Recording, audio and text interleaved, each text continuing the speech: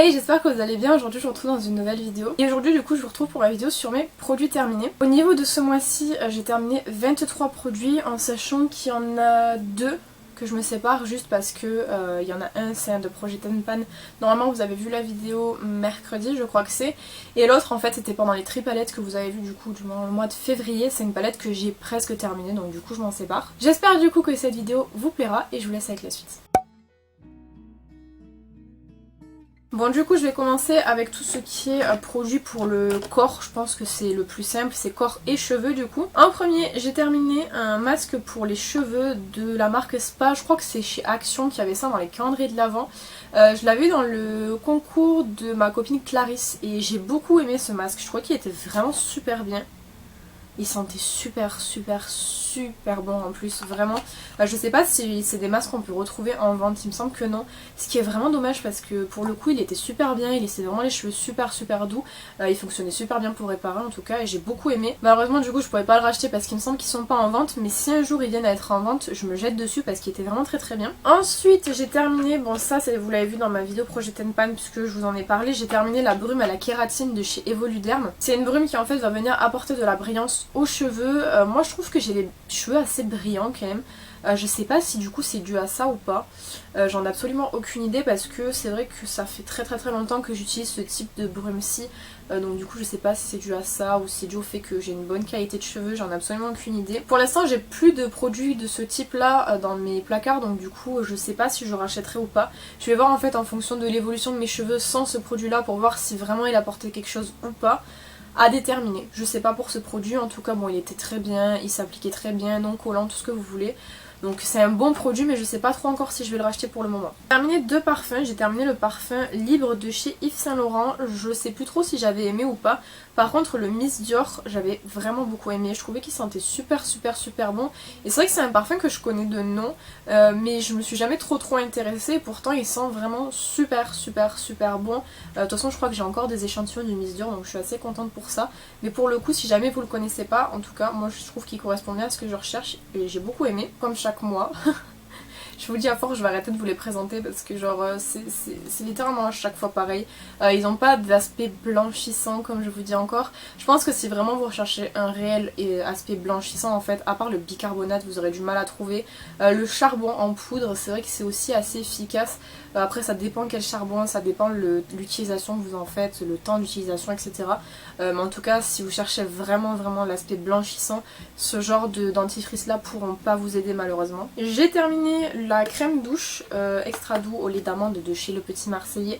Elle sent super bon, elle sent vraiment en fait l'amande à mort, mais vraiment à mort. On dirait que vous mangez en fait littéralement une galette des rois quand vous vous douchez avec ça. Ils sont très bien en termes de compo, je sais pas ce que ça donne. Après moi vous savez que la composition c'est pas vraiment le truc que je regarde le plus dans les cosmétiques. Donc je sais pas trop mais en tout cas ils sont trop bons. Il y en a un actuellement dans la douche, je sais plus ce que c'est mais ils sont super bons aussi. Je trouve que les Petits Marseillais sont vraiment bien comme gel douche pour le coup. Un déodorant de chez Sienne, c'est le Invisible 48 heures antitranspirant. Voilà, c'est un déodorant, je trouve pas spécialement qu'il soit non plus oufissime. Il suffit à lui-même. Après, en termes de compo, j'ai pas regardé, ouais, il y a de l'aluminium dedans, donc c'est peut-être pas ce que je vous recommande le plus.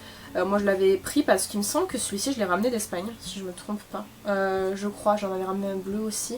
Je crois qu'entre le bleu et le rose, j'ai tendance par contre à préférer le rose. Mais en tout cas c'est pas... Normalement les déodorants Sienne c'est pas ceux que j'utilise le plus. Ceux que j'utilise le plus c'est le Sanex je crois. Mais en tout cas voilà, il est pas... C'est pas le meilleur que j'ai pu tester on va dire. Et dernier produit pour le corps, j'ai terminé le shampoing de douche des Lagons au Monoeil de Tahiti de chez Yves Rocher. Ça c'est une version qui existe uniquement avant l'été je crois en ce moment, vous pouvez pas le retrouver. C'est un bon gel douche, après c'est vrai que les gels douche Yves Rocher ils sont toujours très bons. Mais alors en termes de tenue sur la peau, pas du tout. Genre on n'y est pas du tout. C'est dommage parce qu'ils sentent vraiment super bon et que s'ils tenaient sur le corps, ça serait incroyable. Moi c'est pas mon préféré celui au Monoeil. Je sais que ma mère aime beaucoup celui au Monoeil, c'est pas mon préféré. Mais en tout cas ils sont quand même super bons. Ils sont pas très chers, ce qui est aussi pas mal. Pareil la compo, je sais pas ce que ça donne. Mais en tout cas je les aime assez bien et j'en achète quand même assez souvent pour pouvoir bénéficier des offres en fait. On passe donc à tout ce qui va être soin pour le visage et je vais vous présenter aussi à la fin du coup les masques. En soin pour le visage, j'ai terminé de la marque Dr Pierre Rico, ça c'est pareil, c'était dans le concours de Clarisse. L'eau micellaire, toute petite comme ça. Je connais Dr Pierre Rico parce que j'avais encore il y a quelques années des rouges à lèvres de la marque que j'ai pas terminé malheureusement, ils étaient très jolis mais je les ai pas terminés. Mais en tout cas celle-ci était vraiment très bien, j'ai bien aimé aussi. Moi mon eau micellaire favorite je pense que c'est celle de chez Bioderma. Et je suis en train de tester une de chez Action que j'aime beaucoup aussi. Celle-ci était bien, après je suis pas sûre que ce soit celle que j'utiliserai, enfin que je rachèterai pour utiliser quotidiennement. Par contre pour le coup elle a annoncé pour les peaux sensibles et effectivement j'ai eu absolument aucun problème avec celle-ci. Moi j'ai la peau très sensible et assez réactive en fait. Enfin je suis pas non plus réactive à tous les produits mais généralement quand j'ai une réaction c'est hardcore quand même. Donc j'ai pas eu de problème avec ce produit-ci, maintenant je suis pas sûre que ce soit le produit que je rachèterai quotidiennement quoi. J'ai terminé l'eau micellaire rafraîchissante de chez Sienne, c'est une eau micellaire qui nettoie, démaquille et rafraîchit. Elle est au pétale de bleuet à la glycérine, elle est sans alcool. Ouais, c'était une bonne eau micellaire, donc l'avantage qu'elle a je trouve, ce qui est pas négligeable, c'est l'aspect pratique du petit capuchon que vous venez appuyer, notamment quand vous partez en week-end ou en vacances ou peu importe, parce que c'est vraiment le genre de truc qui ne coule pas. Après en termes de démaquillage et tout, enfin en termes de nettoiement et démaquillage en tout cas c'est pas la meilleure. Disons qu'en ce moment en tout cas je privilégie beaucoup les baumes et les huiles, c'est ce que je préfère. C'est vrai que l'eau micellaire en ce moment je suis pas trop sur ça. Elle est bien pour dépanner on va dire mais ça va pas devenir ma préférée. Et j'ai terminé le démaquillant pour les yeux biphasé waterproof de chez Sienne que j'avais acheté parce qu'en fait j'ai un liner de chez Deli Plus qui est impossible à démaquiller si vous n'avez pas du biphasé en fait. Avant ça je le démaquillais avec mon huile de chez... J'ai absolument plus le nom de la marque, je me rappelle pas du tout, mais c'est une huile d'une marque japonaise que vous retrouvez chez Nocibé, en tout cas je vous mettrai l'inscription à l'écran, je me rappelle plus. Sauf que le problème c'est qu'en fait cette huile là quand vous venez mettre au contact de l'eau ça devient un petit peu une sorte de lait et dans les yeux c'est pas le truc le plus agréable au monde. Donc du coup j'avais acheté un biphasé, j'avais pris celui de chez Sienne parce que c'était un que je voulais. Donc il est très gras, du coup il démaquille assez bien tout ce qui va être produit très gras, waterproof, tout ce qui tient très bien quoi. Même les rouges à lèvres mat de chez les Superstay de Maybelline, il les démaquille assez bien je trouve. Par contre il laisse vraiment un aspect très gras, je viens toujours faire en fait un deuxième démaquillage par dessus parce que sinon ça laisse un aspect gras sur les yeux, c'est horrible. Après oui effectivement il vient vraiment bien démaquiller tout ce qui est waterproof donc c'est plutôt pas mal. Mais pour le coup c'est peut-être pas mon préféré, je vais tester celui de chez Yves Rocher que j'ai acheté pour voir ce qu'il donne, s'il est mieux et tout.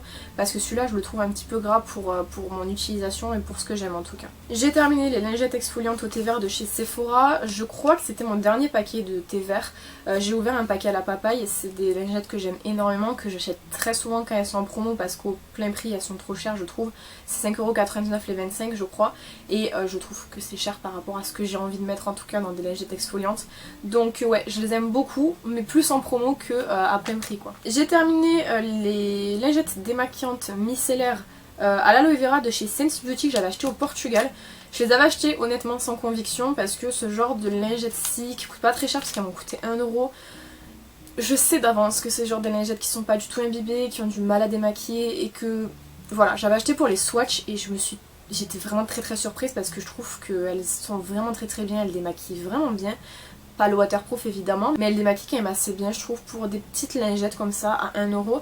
Donc pour le coup, là actuellement je peux en racheter parce que je les ai achetées au Portugal, mais quand j'y retournerai cet été, si on y retourne, j'en prendrai parce que je trouve qu'elles sont très bien et franchement pour 1€ ça vaut vraiment le coup, vous en avez 25 à l'intérieur. Et en dernier soin pour le visage avant de vous présenter les masques, j'ai terminé le Clinique Zero, donc celui-ci c'est le nourrissant au miel en fait.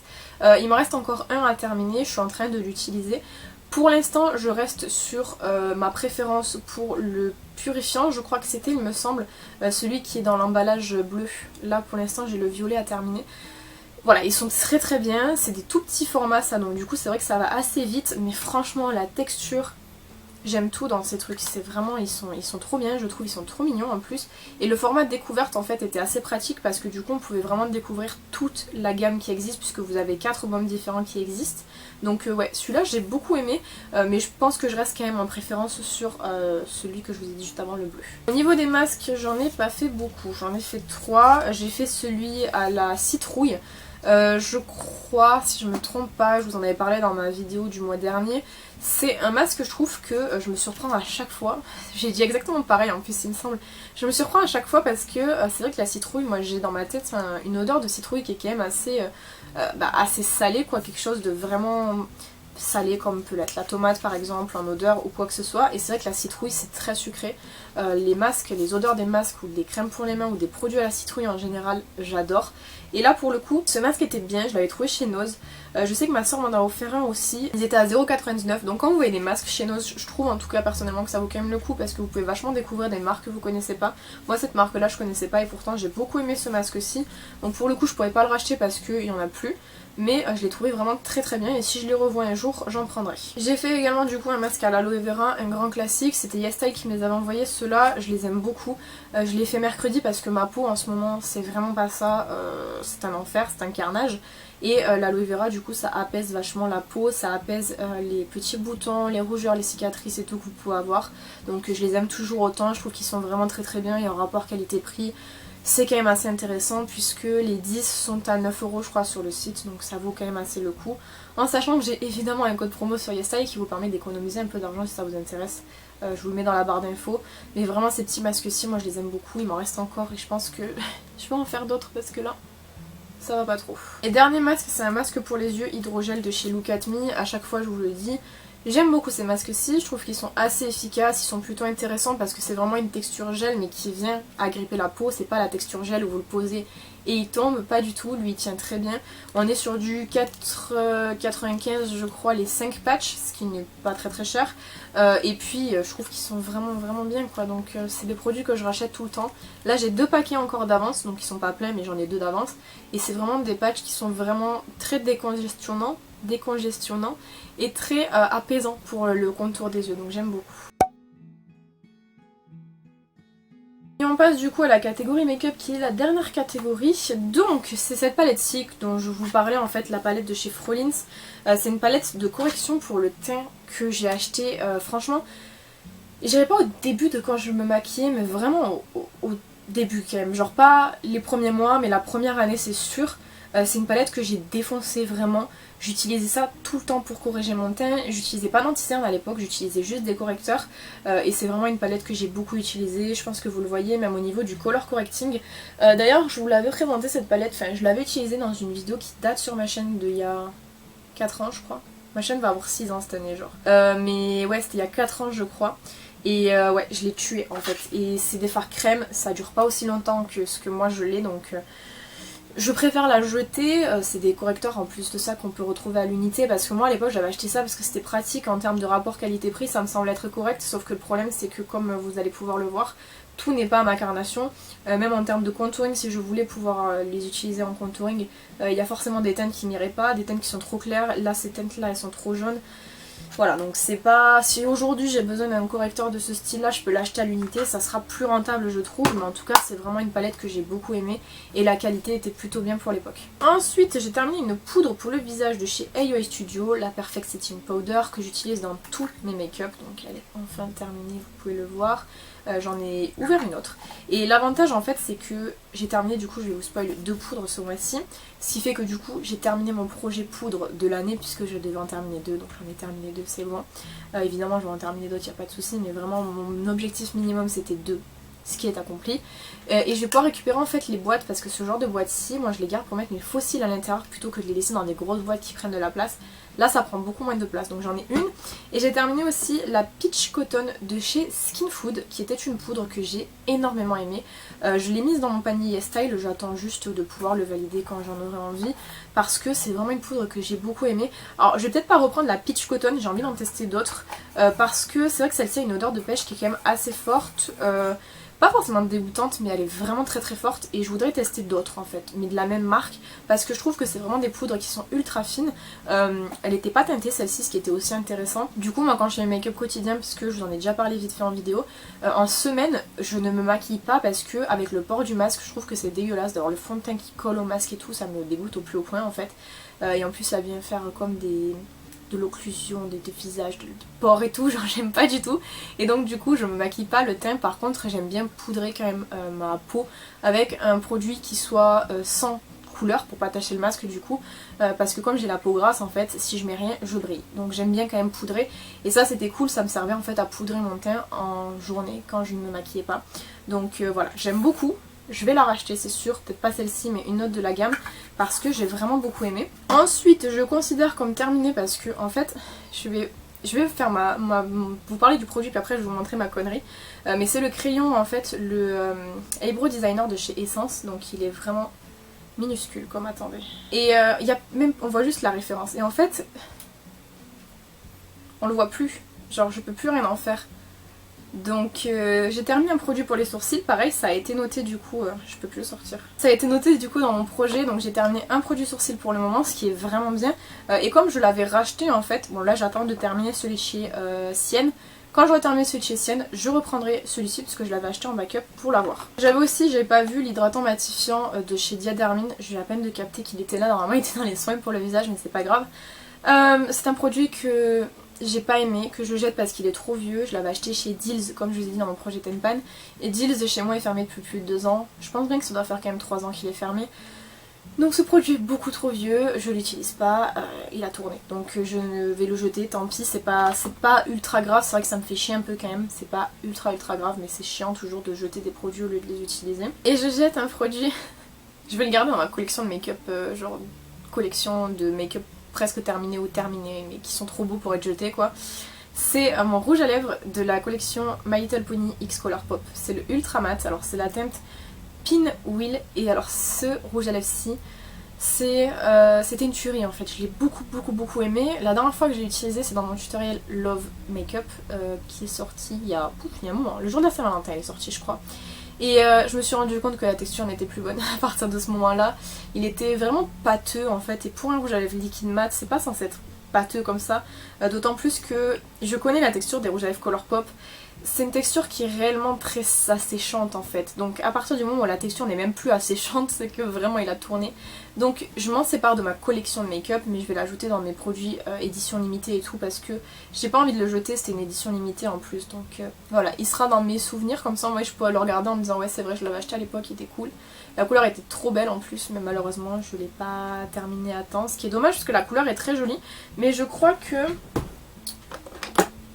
Non, j'allais dire j'ai presque la même couleur chez Maybelline mais non, pas du tout. En tout cas c'était une très jolie couleur que j'ai beaucoup aimé. Ce qui fait que du coup il faut que je refasse un tri dans mes rouges à lèvres Color Pop parce que j'en ai qui sont plus vieux que celui-ci. Et à mon avis s'ils sont plus vieux ils doivent avoir le même souci. Il faut vraiment que je regarde ça.